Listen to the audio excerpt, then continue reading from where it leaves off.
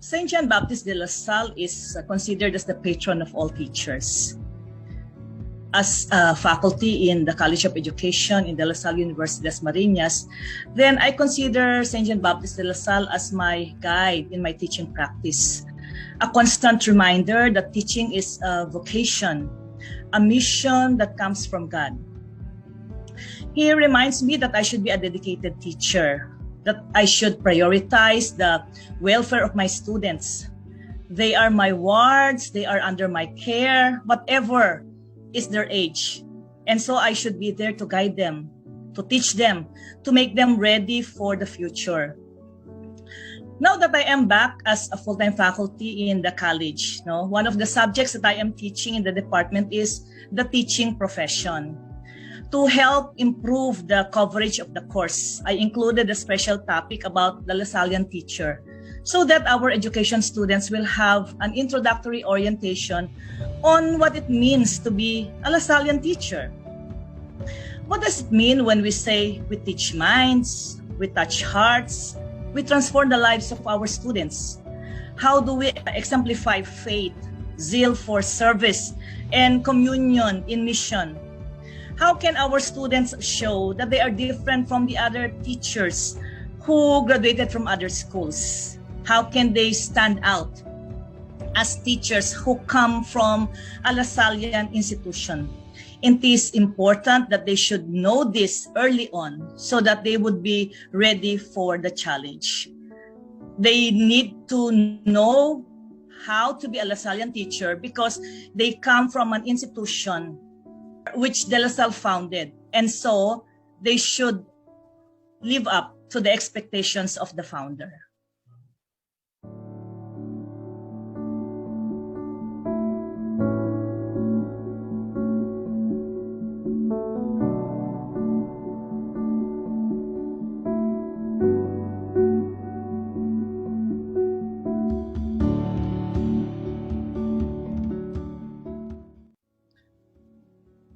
I studied education in college, yet in reality, now that I look at it, look back on what I had done and experienced during my college days, I didn't remember that there was a study on De La Salle as the patron of all teachers. Yet I took a degree in education. It was only in 1989 when I came to the university as a faculty that I learned about him, that I was introduced to him fully. Because by then, the former Emilio Aguinaldo College was already bought by De La Salle, and it is now a Lasallian institution.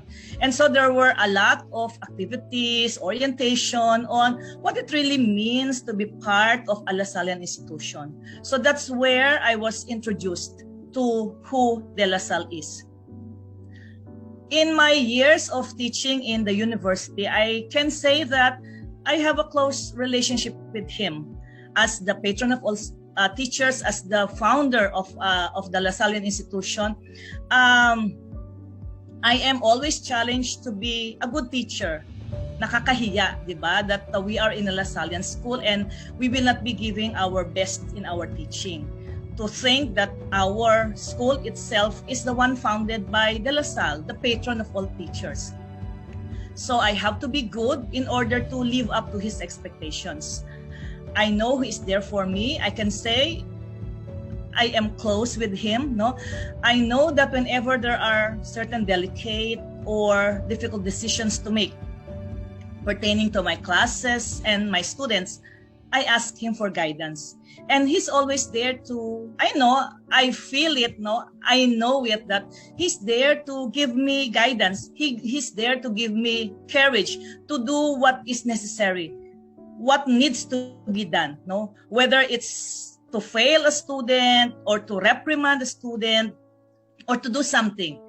He's there for me so that I know that with him by my side, then I can always do the best thing for my students.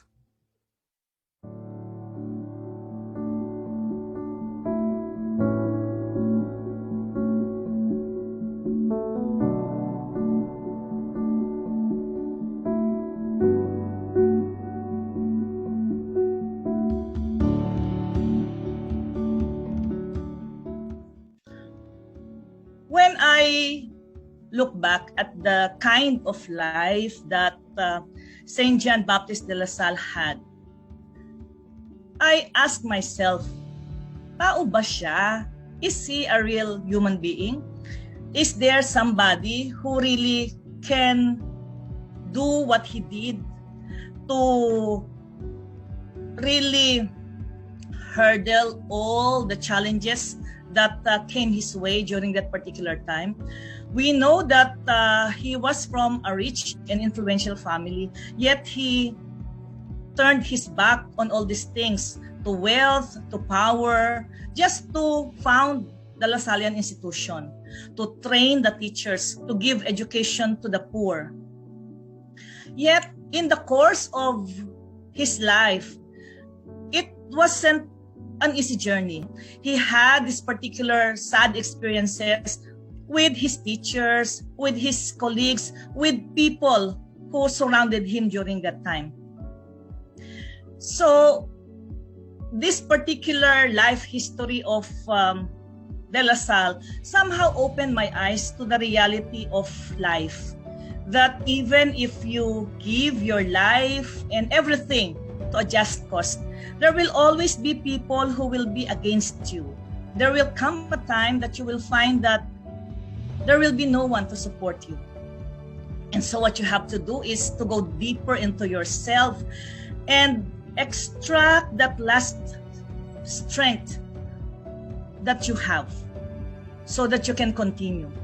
Thereby, in the end, you will realize that it is God who is the main source of your strength and wisdom. As Mother Teresa said, it's not between you and them or of these people, no? It's just between you and God anyway. So do whatever you have to do. That's somehow personified by De La Salle.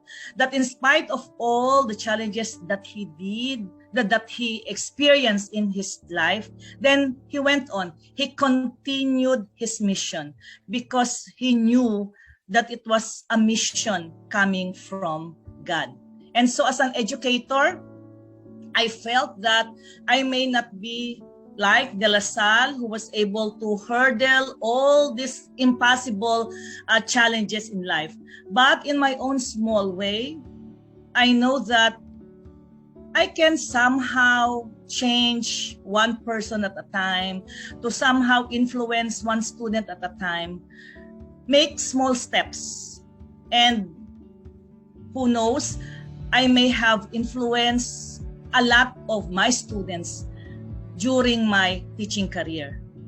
And with God's grace, then probably I will have the opportunity to see them in the future where they are successful in their life. And I can be proud seeing them and saying that somehow I have made an impact in their lives.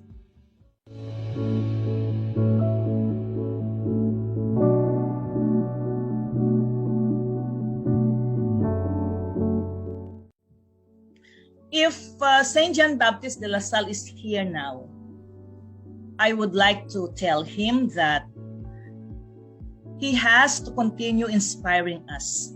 He has to continue touching the hearts of all Lasallian teachers so that we will continue touching the hearts of our students. In this way, we will be able to really dedicate our lives to teaching the minds and transforming the lives of our students. We will be able to participate in the shared mission of providing human quality and Christian education, especially to the poor. We can make a difference. We can give a bright future to our students if we will be considering them as our own children, as our own brothers and sisters. So we can go on with our quest of teaching and hold their hands and point them to the correct direction. I think if La Salle is here now, then he would like us to do that. He would like us to continue his legacy of making the poor, making the young ones ready for life so that they will be able to somehow see that it is indeed a beautiful life, so that they will be able to really thank God that they are alive because this is a beautiful life. We should always try to remember that as St. John believed in his time, then we as teachers should be models of our students. No, we should walk the talk. We should put our students in the center of our lives so that we will be able to really become an advisor, a mentor. We can really say that we have dedicated our lives to the improvement of our students. I think at the end of the day, then what is important is that, well, we know that we really cannot get rich in teaching. But the thing is, at the end of the day, then when you look at what you have done, can you really say that you have made something good?